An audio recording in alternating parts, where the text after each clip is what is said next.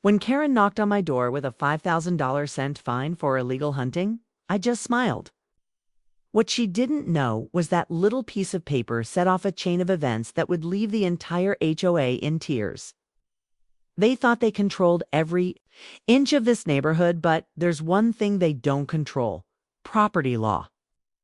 And once I started digging into those so-called community trails, they hike every morning, I uncovered a secret that could flip the whole game.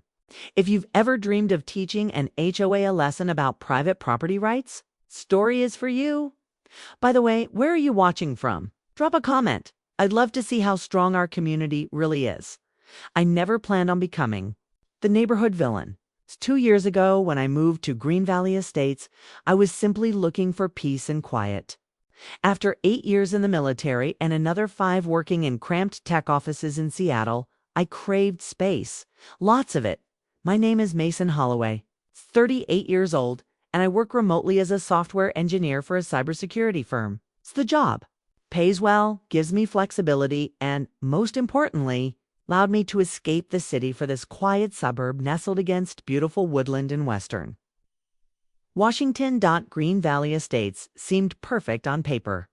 Modern homes on spacious lots backed by miles of forest and just remote enough to feel peaceful without being isolated.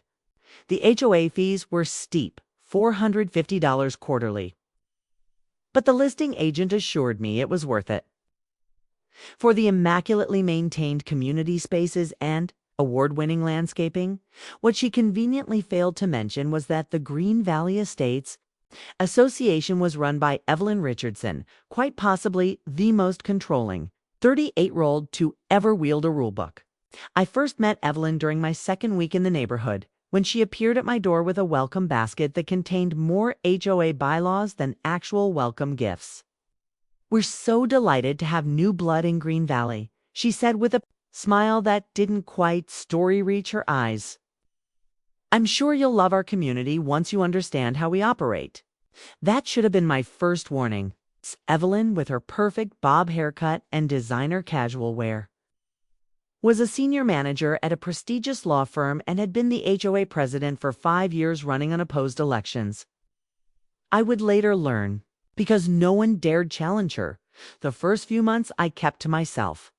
I paid my dues on time, maintained my lawn according to regulation, and avoided the monthly HOA meetings that, from what I gathered from my neighbor Sarah Johnson, were more like Evelyn's personal court sessions than actual community discussions.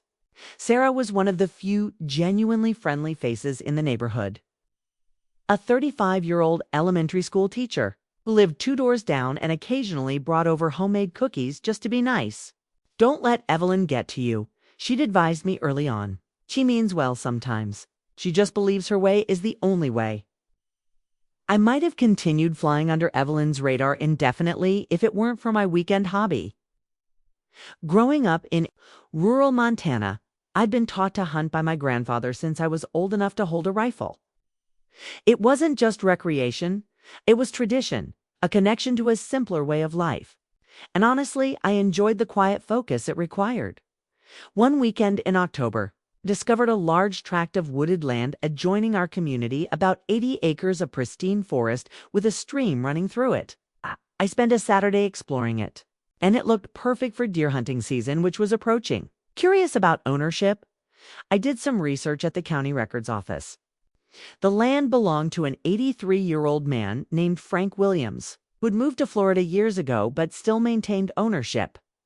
I managed to find his contact information and sent him an email explaining that I was interested in hunting on his property and would respect the land. To my surprise, he replied the next day. "Son, I've owned that land for 50 years, he wrote.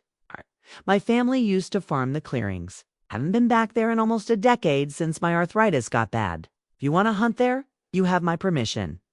Just be respectful and send me a picture if you get a nice buck." What I didn't realize at the time was that for years, Evelyn and several other HOA members had been using Frank's land for their morning hiking routine. They'd created unofficial trails, placed little benches at scenic spots, and even installed bird feeders, all without the actual owner's knowledge or permission. They had essentially claimed the land as their own private nature reserve, despite having no legal right to it. This detail would become important very soon. On a crisp November morning, I headed out before dawn with my rifle and hunting gear. I positioned myself in a clearing that Frank had mentioned was a good spot, waiting patiently as the sun rose. Around 9 in the morning, luck was with me. A healthy 8-point buck appeared at the edge of the clearing. I took the shot cleanly, and the deer went down instantly. As I approached to field dress it, I heard voices coming down one of the trails. Through the trees emerged Evelyn, leading a group of 5 women in expensive athleisure wear, all carrying water bottles and chatting about neighborhood gossip. The moment Evelyn spotted me kneeling beside the deer, her face transformed with horror. "What in God's name are you doing?" she shrieked, fumbling for her phone. "This is a protected area. Who gave you permission to murder animals here?" Before I could explain, she was snapping photos and threatening to call the authorities. "This is absolutely barbaric," she announced to her wide-eyed companions, "and completely against Green Valley's commitment to environmental stewardship." I tried to explain that I had the owner's permission, but she cut me off with a dismissive wave. "We manage these nature trails," she insisted, "and hunting is absolutely prohibited." But what happened next made me realize that the HOA didn't just want to control the color of my mailbox, they wanted to control my entire life. 3 days after my encounter with Evelyn in the woods, I found an official-looking envelope stuck to my front door. Inside was a notice of violation from the Green Valley Estates Association, citing me for cruel hunting activities causing community disturbance, and demanding a fine of $5,000 to be paid within 30 days. My first reaction was disbelief, followed quickly by anger. I knew enough about HOA regulations to understand they had no jurisdiction over activities conducted outside HOA properties, especially on private land where I had explicit permission from the owner. I called Sarah immediately, who sighed heavily when I told her about the fine. "That sounds like Evelyn. She's been talking about this at the school where I teach, making you sound like some kind of serial killer. Several parents are worried there's a dangerous element in the neighborhood now." Sarah lowered her voice, even though we were on the phone. "Look, Evelyn's been leading her Green Valley wellness walks through those woods for years. She uses it as a selling point when new people move in exclusive access to private nature trails. I don't think she's ever bothered to check who actually owns the land." The next HOA meeting was scheduled for the following evening, and I decided to attend and challenge the fine. When I arrived at the community center, the small meeting room was unusually full. Evelyn sat at the head of the table, flanked by Marcus Bennett, the 42-year-old vice president who worked for the local government and functioned primarily as Evelyn's yes-man. Richard Cooper, the 55-year-old HOA treasurer, sat to her right, looking uncomfortable. I recognized several other neighbors, including Jessica Parker, a 40-year-old woman known for reporting even the most minor HOA violations with zealous enthusiasm.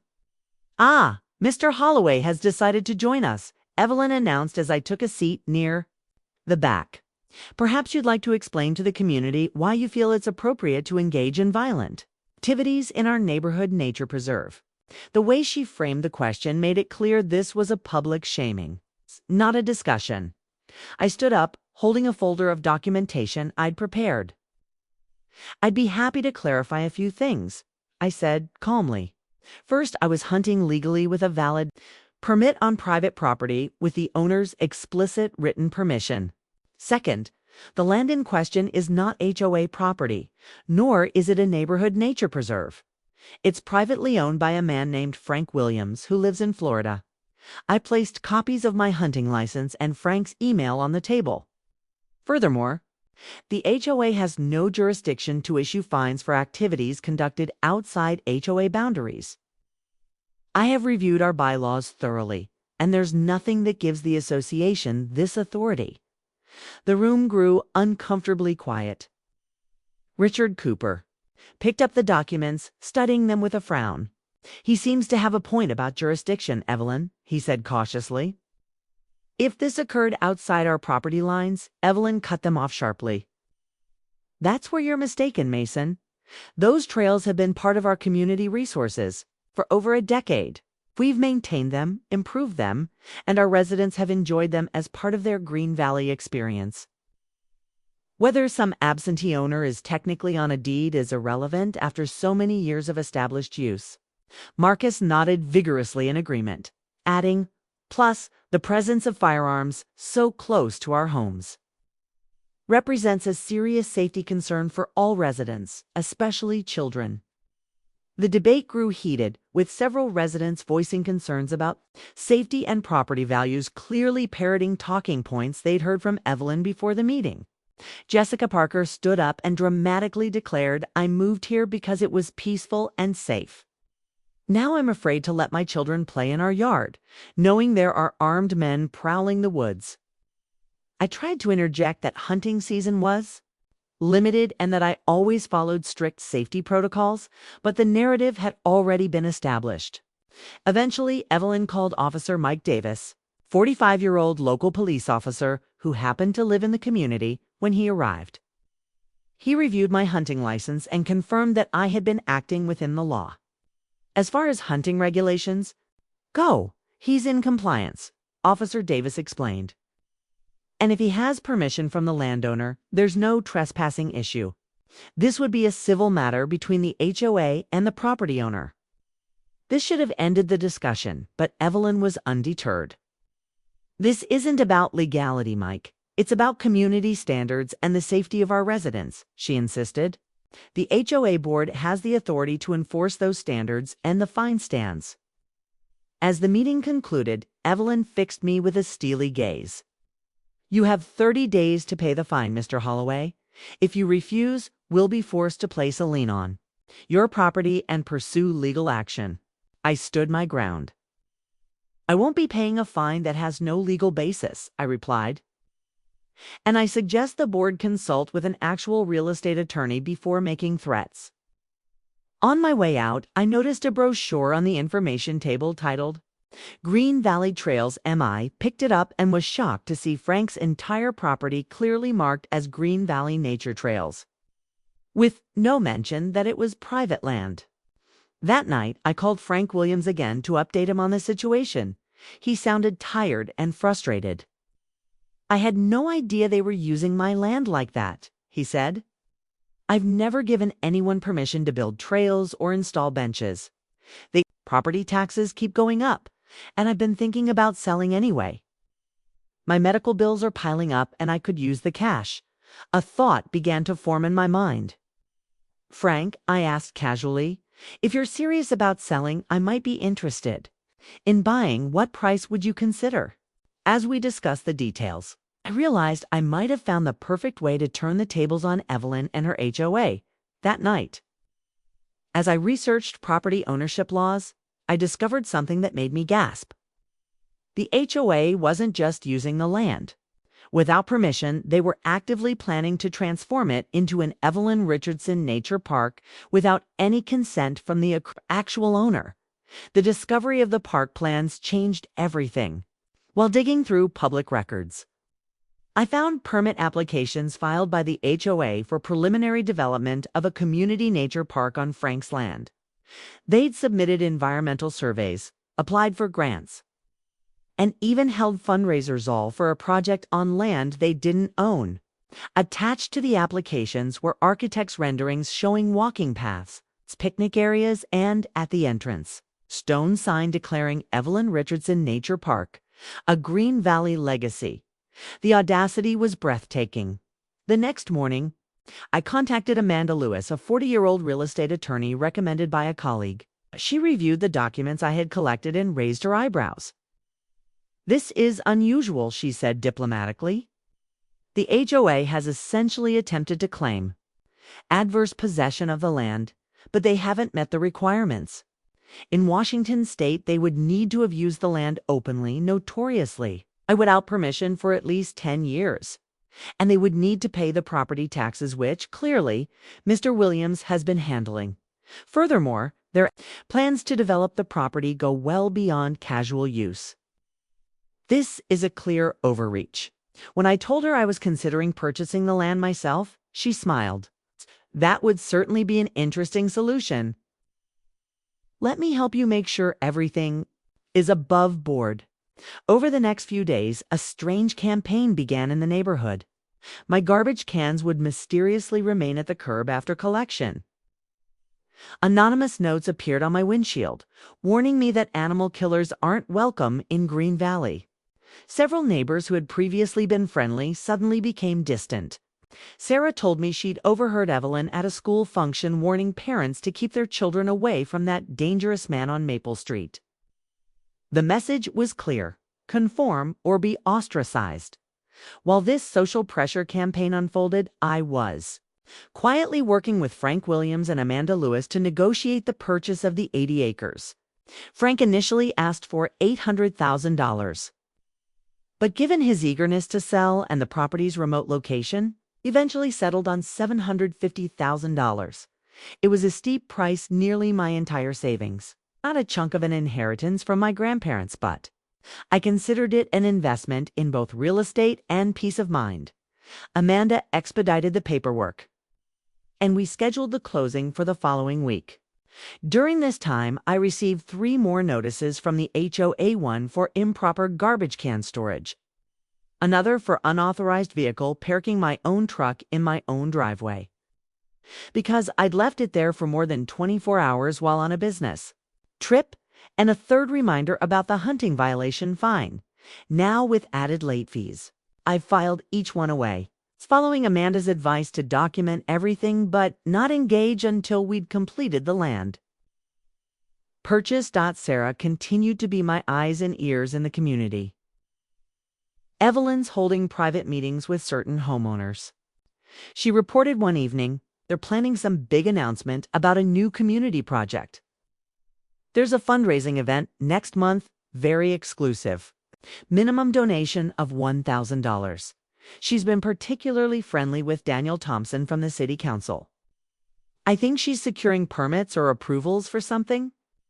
Daniel Thompson was a 50-year-old local politician known for supporting development projects, and his connection to Evelyn raised further concerns about what they were planning for Frank's land. I also noticed Trevor Adams, Evelyn's 39-year-old husband and an architectural consultant, surveying the property with measuring equipment. One afternoon, when he spotted me watching from the edge of the woods, he quickly packed up and left without acknowledging me.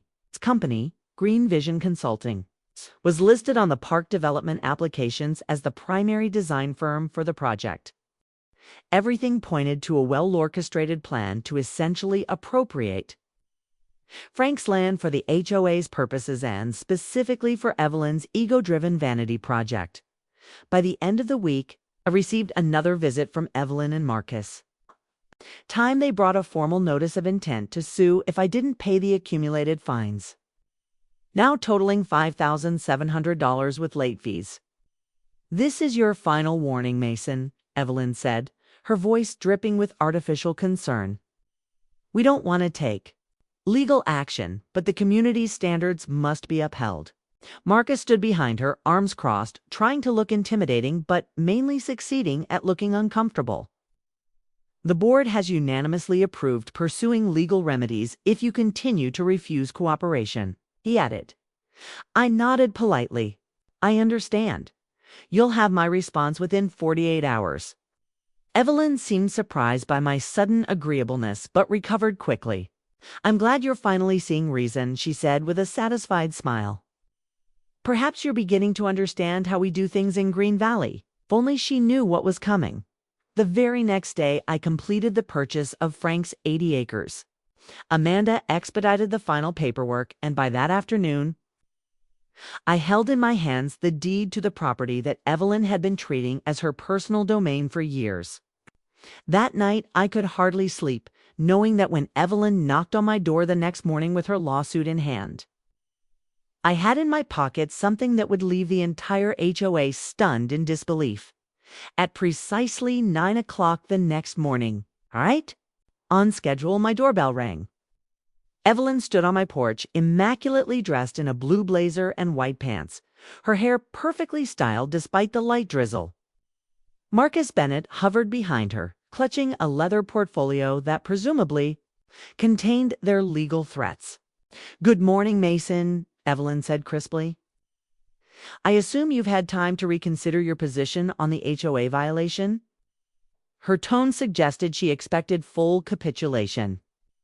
Her head tilted slightly in that condescending way that had become her trademark. I smiled broadly, stepping aside to invite them in. "Actually, I have something important to discuss with both of you. Please come into the living room." Confused by my friendly demeanor, but unwilling to show it, Evelyn strode in with Marcus trailing behind. Once seated, she immediately took control. "Before you begin whatever explanation you've prepared, I should inform you that we've filed paperwork with the county court regarding your violation," she added with practiced magnanimity. "If you're prepared to pay the full amount today, we can still withdraw the filing before it progresses further." "But that's very interesting," I replied, maintaining my calm. "I think you'll want to see this first." I slid a folder across the coffee table.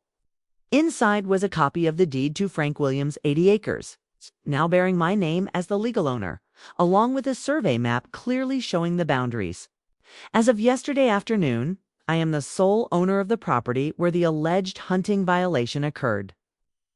Furthermore, I am also now the owner of all the land where the Green Valley HOA has been illegally creating trails, installing benches, and planning to build a park without the previous owner's permission. The color drained from Evelyn's face. She snatched up the documents, flipping through them frantically. While Marcus peered over her shoulder, his expression shifting from confusion to alarm. This can't be right," she stammered. "The community has been using those trails for over a decade." "We have established rights-adverse possession," I interrupted. "My attorney assures me you don't qualify. You never paid the property taxes, never had explicit or implicit permission from the owner. And Mr. Williams was never notified of your intentions to develop his land." I leaned forward. "In fact, I have documentation showing that the HOA deliberately avoided contacting the legal owner while planning substantial development on his property. That raises serious legal questions about fraud and misrepresentation, especially considering the fundraising you've done for this project." Marcus began to look physically ill, tugging at his collar. "Evelyn, perhaps we should consult with legal counsel before," she silenced him with a glare. "This changes nothing," she insisted, though her voice had lost its earlier confidence. "The community has established usage rights through years of maintenance and improvement of the trails. The courts will recognize, feel free to pursue that argument in court," I replied evenly. "In the meantime, as the legal owner, I'm formally notifying you that all HOA activities on my land must cease and desist immediately. Activities on my property must cease immediately. Any trails, benches, bird feeders, or other installations are there without my permission and must be removed within 7 days. Further," I added, sliding another document toward them, "this is a cease and desist letter from my attorney regarding the fraudulent park development plans. All fundraising and permit applications must be withdrawn immediately." Evelyn stood abruptly, her composure cracking. "You have no idea who you're dealing with," she hissed. "I've built this community from nothing.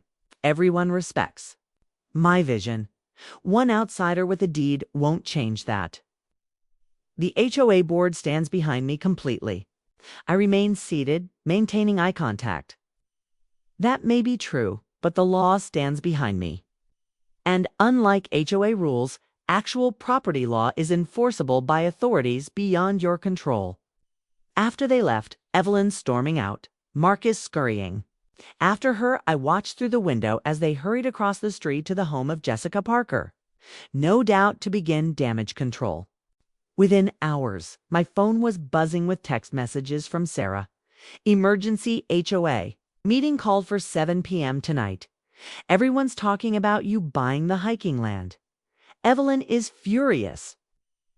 By afternoon, I had ordered private property, no trespassing signs, to be installed around the perimeter of my new land and hired a contractor to begin placing them the next day.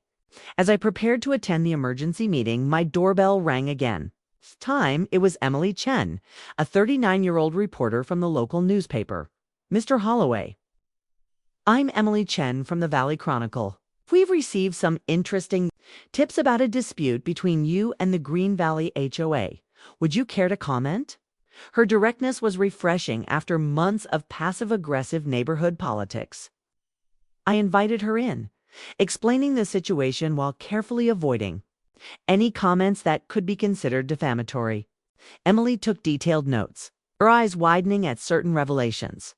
So you purchased the land legally? The HOA had been using it without permission all this time. They were planning to build a park named after their president without consulting the owner.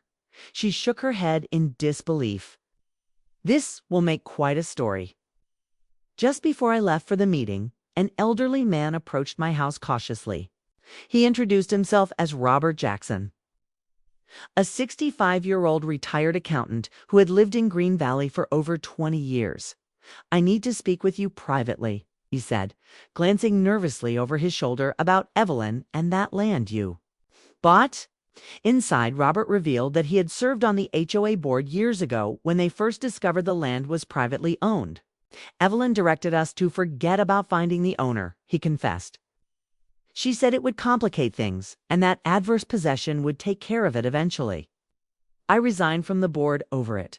Told her it wasn't ethical, but she's been running things her way ever since. Robert also hinted at financial irregularities in how the HOA had been handling funds for the proposed park. They've been collecting special assessments for 3 years for the trail improvement. Funds substantial amounts, but the financial reports don't fully account for all the money. When I asked questions at a meeting last year, I was told the detailed accounting was confidential due to ongoing negotiations. This new information was a bombshell. What Robert was describing went beyond HOA overreach. It suggested potential financial misconduct. As I thanked him for coming forward, he gripped my arm anxiously. Be careful. Evelyn doesn't lose gracefully. She and her husband have a lot of connections in this town. The revelations from Robert didn't just give me a stronger legal position, they provided me with a weapon that could potentially end Evelyn's reign over Green Valley, estates for good. The emergency HOA meeting that evening was exactly the circus I expected. The community center was packed with residents, many of whom I'd barely exchanged words with in the 2 years I'd lived there. Evelyn stood at the front, her composure restored, though a tightness around her eyes betrayed her anger. We've called this special meeting to address a situation that affects our entire community, she began. Mr. Holloway has purchased the land adjacent to our neighborhood land that has served as our nature trails for over a decade. He is now threatening to cut off access and destroy years of community improvement work. Murmurs rippled through the crowd as Evelyn continued her carefully crafted narrative, painting me as an outsider who didn't understand. Community values a selfish individual putting personal interests above the collective good. Marcus stood beside her, nodding earnestly at every point. When she finished her speech, she turned the floor over to Trevor Adams, her husband, who unveiled glossy renderings of the proposed Evelyn Richardson Nature Park, complete with walking paths, a playground, and a small amphitheater for community events. All of this is now at risk, he concluded solemnly. Years of planning and fundraising potentially wasted because one person refuses to embrace our community vision. When I was finally allowed to speak, the atmosphere was decidedly hostile. I appreciate everyone's concern, I began, keeping my voice level, but there are some facts you should be aware of. First, this land has always been private property. The previous owner was never contacted by the HOA before trails were built or benches installed. Second, the park plans unveiled tonight were developed without any legal right to the property. And third, most importantly, the fundraising done for this project was conducted under false pretenses. Since the HOA never had any legal claim to the land, the room erupted in a mix of outrage and confusion. Some residents shouted questions about their donations, while others accused me of destroying community amenities. Through the chaos, I noticed Nancy Roberts, the 42-year-old HOA secretary, watching the proceedings with an odd expression, not anger, but something closer to fear. She avoided eye contact when I looked her way. Richard Cooper, the treasurer, also seemed uncomfortable, shuffling papers and whispering urgently to Marcus. After the meeting dissolved into arguing factions, Sarah approached me as I was leaving. "That was intense," she whispered. "But you've got people talking?" "Some of the older residents are asking questions about the fundraising. No one seems to know exactly how much was collected or where it all went." She glanced around nervously. "Listen, I think Nancy knows something. She's been acting strange ever since the park project began. Maybe try talking to her." Over. The next 3 days, I watched as my property signs were installed around the perimeter of my new land. By the second day, half of them had been removed or vandalized exactly as I'd anticipated. I'd installed trail cameras at key points, which captured clear images of Marcus Bennett and several other HOA members trespassing to remove the signs in the middle of the night. These images would prove useful later, but for now, I was more interested in the financial angle Robert had hinted at working with Amanda Lewis. I filed public records requests for all HOA financial documents related to the Nature Park project. While waiting for those to be processed, I reached out to Nancy Roberts under the pretext of discussing the sign vandalism. She initially refused to meet, clearly frightened, but eventually agreed to talk at a coffee shop 2 towns over, where she felt safe from prying eyes. "I can't be seen with you," she whispered when we finally met. "Evelyn has eyes everywhere." Nancy's revelation was exactly what I needed.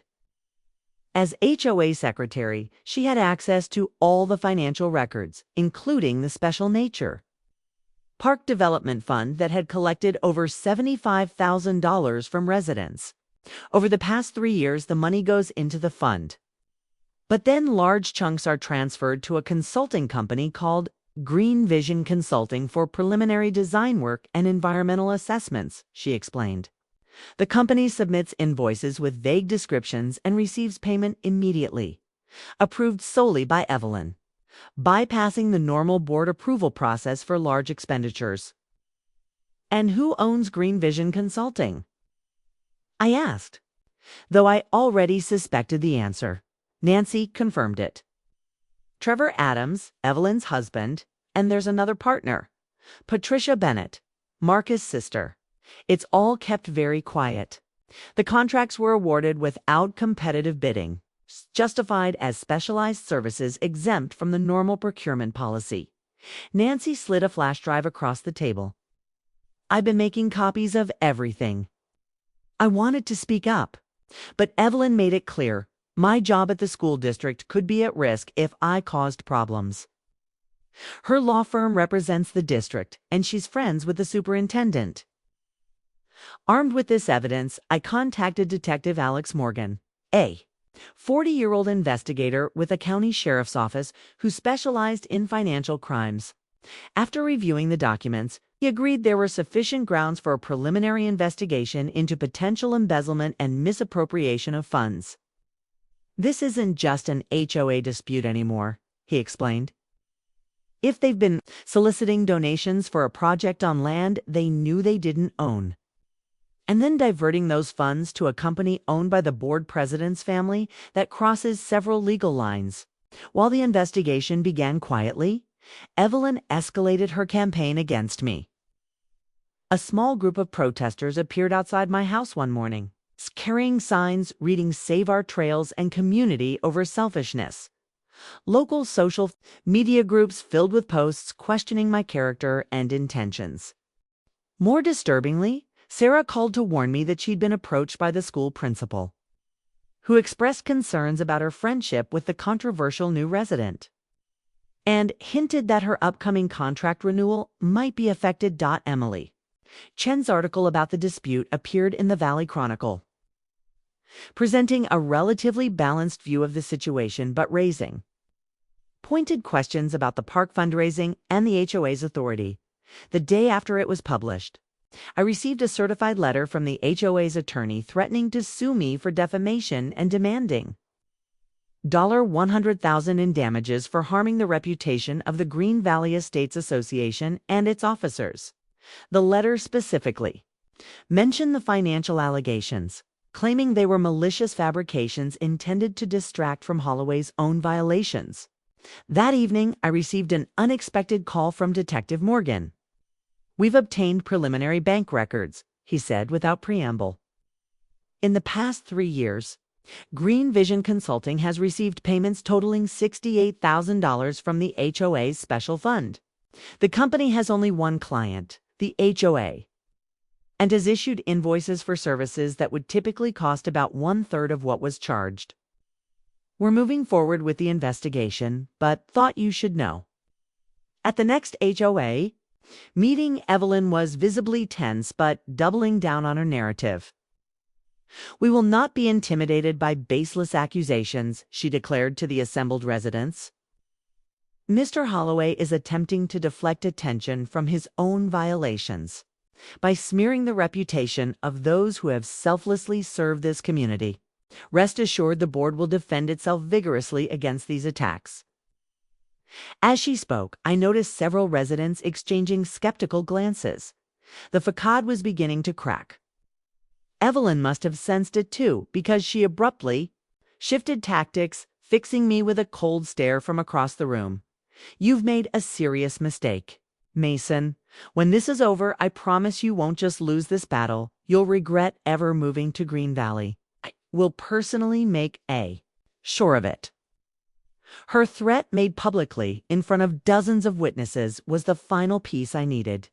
As I left the meeting, I knew it was time to stop playing defense and launch my counterattack. What Evelyn didn't know was that in 24 hours, it wouldn't be me facing devastating consequences. It would be her. The next morning, I called Emily Chen and invited her to my home for an exclusive interview. When she arrived, I presented her with copies of all the evidence I'd gathered: the financial records showing payments to Green Vision Consulting, the incorporation documents for the company showing its ownership by Trevor Adams and Patricia Bennett, the fundraising materials that misrepresented the HOA's right to develop the land, and statements from both Frank Williams and Robert Jackson, confirming the HOA had deliberately avoided contacting the legal owner. I also included the audio recording of Evelyn's threat from the previous night's meeting, along with witness statements from residents who had heard it. "This is extensive," Emily said, eyes widening as she reviewed the documents. "And you're saying Detective Morgan is already investigating?" I nodded. "He's been very professional, treating this as a potential financial crimes case rather than a neighborhood dispute. I believe he's interviewing other board members today." Emily's article would appear in the next day's paper, but she promised to publish an online preview that evening, perfect timing for the special HOA meeting Evelyn had called to discuss legal strategies against defamatory statements. While Emily worked on her story, I implemented the next phase of my plan. With Amanda's help, I drafted a formal letter to every Green Valley resident, providing documentation of the financial irregularities and explaining exactly how their donations had been misused. I included copies of the trail camera photos showing HOA board members vandalizing my property signs, along with a detailed accounting of how much had been collected for the park fund versus how much had been paid to Green Vision Consulting. The letter concluded with a proposal. I would establish a legitimate community trail on a portion of my land, properly maintained and insured if the current HOA leadership resigned, and new, transparent financial controls were implemented. By late afternoon, news had spread that Detective Morgan had been seen at the homes of Richard Cooper and Nancy Roberts, presumably taking official statements. Several residents reported receiving calls from Evelyn, urging them to attend the evening's meeting to show solidarity against baseless attacks on our community. But her support was crumbling rapidly. John Peterson, a 70-year-old retired banker, who had donated $5,000 to the park fund, was calling other residents, expressing his outrage at how the money had been handled. Cynthia Miller, one of Evelyn's former allies on the HOA board, publicly announced she was requesting a full audit of all association funds. The special meeting that evening was unlike any other in Green Valley's history. The community center was packed beyond capacity, with residents spilling out into the parking lot. Evelyn arrived with Trevor and Marcus, all three looking tense but determined. She attempted to call the meeting to order, but was immediately interrupted by shouts and questions from the crowd. "Is it true you've been funneling HOA money to your husband's company?" someone called out. "Why didn't you tell us the land wasn't ours to develop?" demanded another. Evelyn tried to regain control, her voice rising above the din. "These are all malicious fabrications. Mason Holloway is attempting to manipulate this community for his own purposes. Yes, Green Vision Consulting has provided services to the HOA, all properly documented and approved by the board.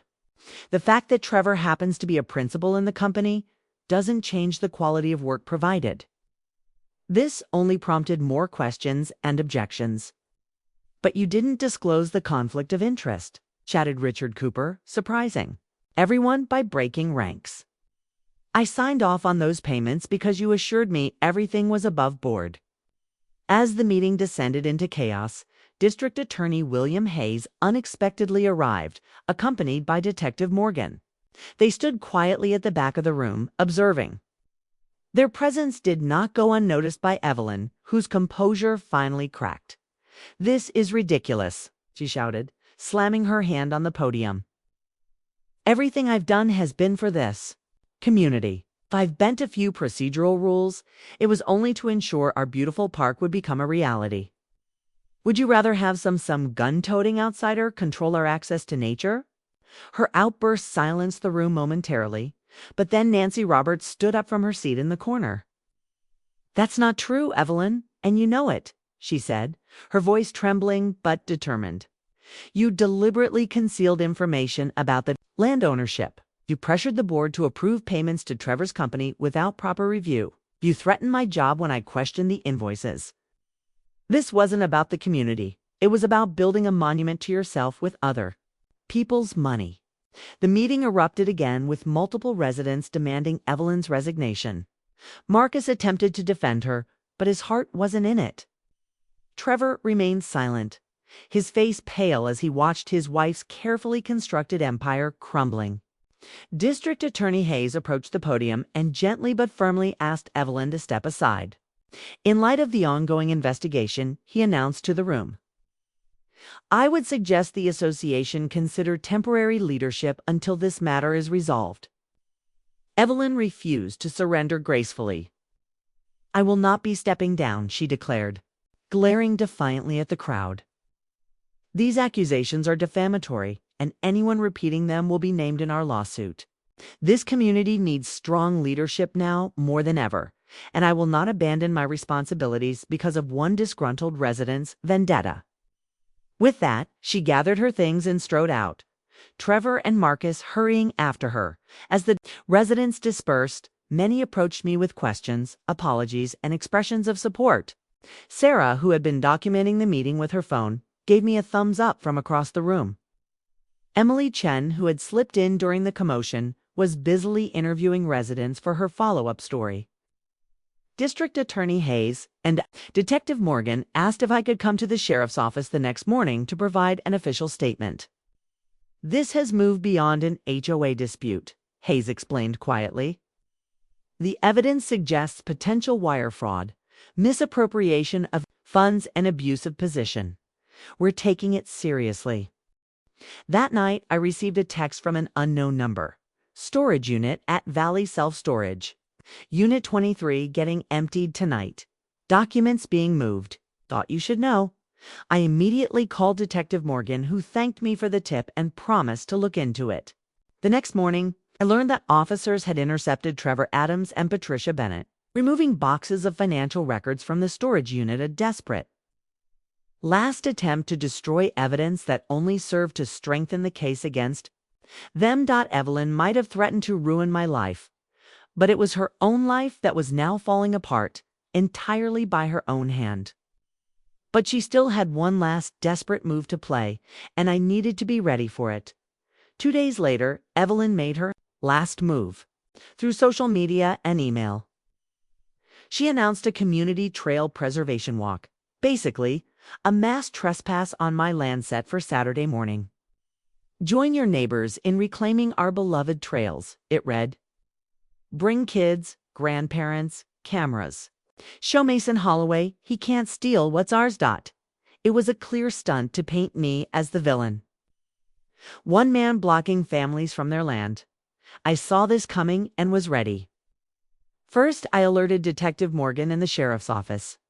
Then, working with Amanda Lewis, I legally marked most of my land as a private wildlife reserve with permits and tax benefits. I built a sturdier fence, clear signs showing conservation status and trespassing penalties. I also added a legal entry gate with an info kiosk detailing the property's designation. Saturday morning, I stood at the gate with a camera, Amanda beside me. Evelyn showed up on cue, leading 30 people waving signs like Trails for All. She wore brand new hiking gear and carried a stick she clearly never used before. She hesitated at the fence but quickly put on a show. "This is outrageous," she declared. "For the cameras, we've used these trails for decades. These fences are illegal, and we're here to take back our rights." She moved toward the gate, but before she touched it, 3 patrol cars rolled up. Deputies stepped out, led by Detective Morgan. "Morning," Morgan told the group. "This land is private. The owner has reported past trespassing and vandalism. Anyone crossing this line can be arrested." He looked at Evelyn. "Mrs. Richardson, organizing. This mass entry may be used as further evidence in your case." Evelyn's face turned red. "This is absurd. Tell them, Marcus." But Marcus backed away, not eager to clash with the law. Others followed, heading to their cars as the threat of arrest cooled Evelyn's crowd. "You're all giving up," she cried. "After everything I've done," that line, "everything I've done," sounded different now, knowing the truth. Her crowd thinned to a few diehards, who also left after firm but polite pressure from deputies. As she walked to her car, Evelyn shot me a hateful glare. "This isn't over," she hissed, but her threat rang empty now, stripped of power. The next week was a flood of developments, with evidence from Nancy Roberts and Richard Cooper and files from the storage unit. The DDA charged Evelyn, Trevor, and Patricia with fraud, embezzlement, and misuse of HOA funds. Over $68,000 had been taken to fund vacations and renovations. The HOA board was disbanded by emergency vote.